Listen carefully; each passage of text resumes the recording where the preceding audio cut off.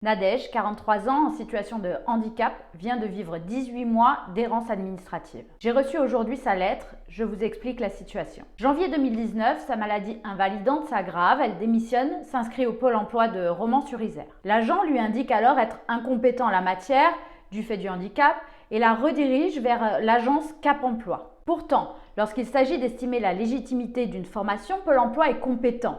Donc, première contradiction. Nadège demande ensuite une formation de secrétaire comptable, sauf qu'ayant un diplôme du même niveau dans un autre domaine, cela lui est refusé.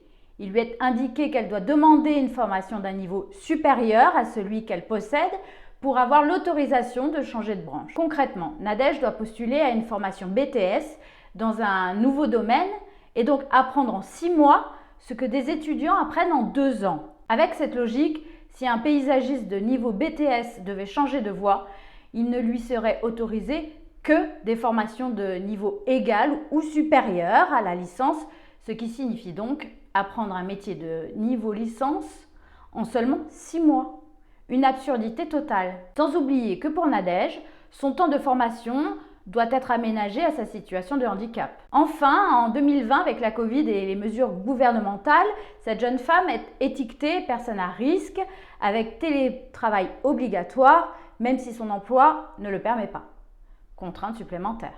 Nadège repostule à une formation, elle est baladée entre critères de financement individuel et collectif, réunions, tests de qualification puis refus avec quelques anecdotes éloquentes comme par exemple l'AFPA de Valence et ses stéréotypes populaires comme parler fort en articulant lentement avec un vocabulaire basique, enfin vous voyez le genre. Le Greta qui lui conseille de revoir ses ambitions et de s'appuyer sur l'AAH, l'allocation adulte handicapé. Bref, Nadège résume très bien sa situation par cette phrase « Je ne suis pas mon handicap, mais mon handicap dirige ma vie ». Voilà où en est l'état de notre pays aujourd'hui. Que l'on soit dans la misère, dans la précarité ou en situation de handicap, l'État français ne vous propose qu'un mauvais assistanat. Pourtant, Emmanuel Macron avait déclaré le 15 septembre 2018 « Je traverse la rue et je trouve un emploi ». Une fois encore, il a tout faux. Alors Nadège, comme des centaines de milliers d'autres personnes, aimerait vivre de son travail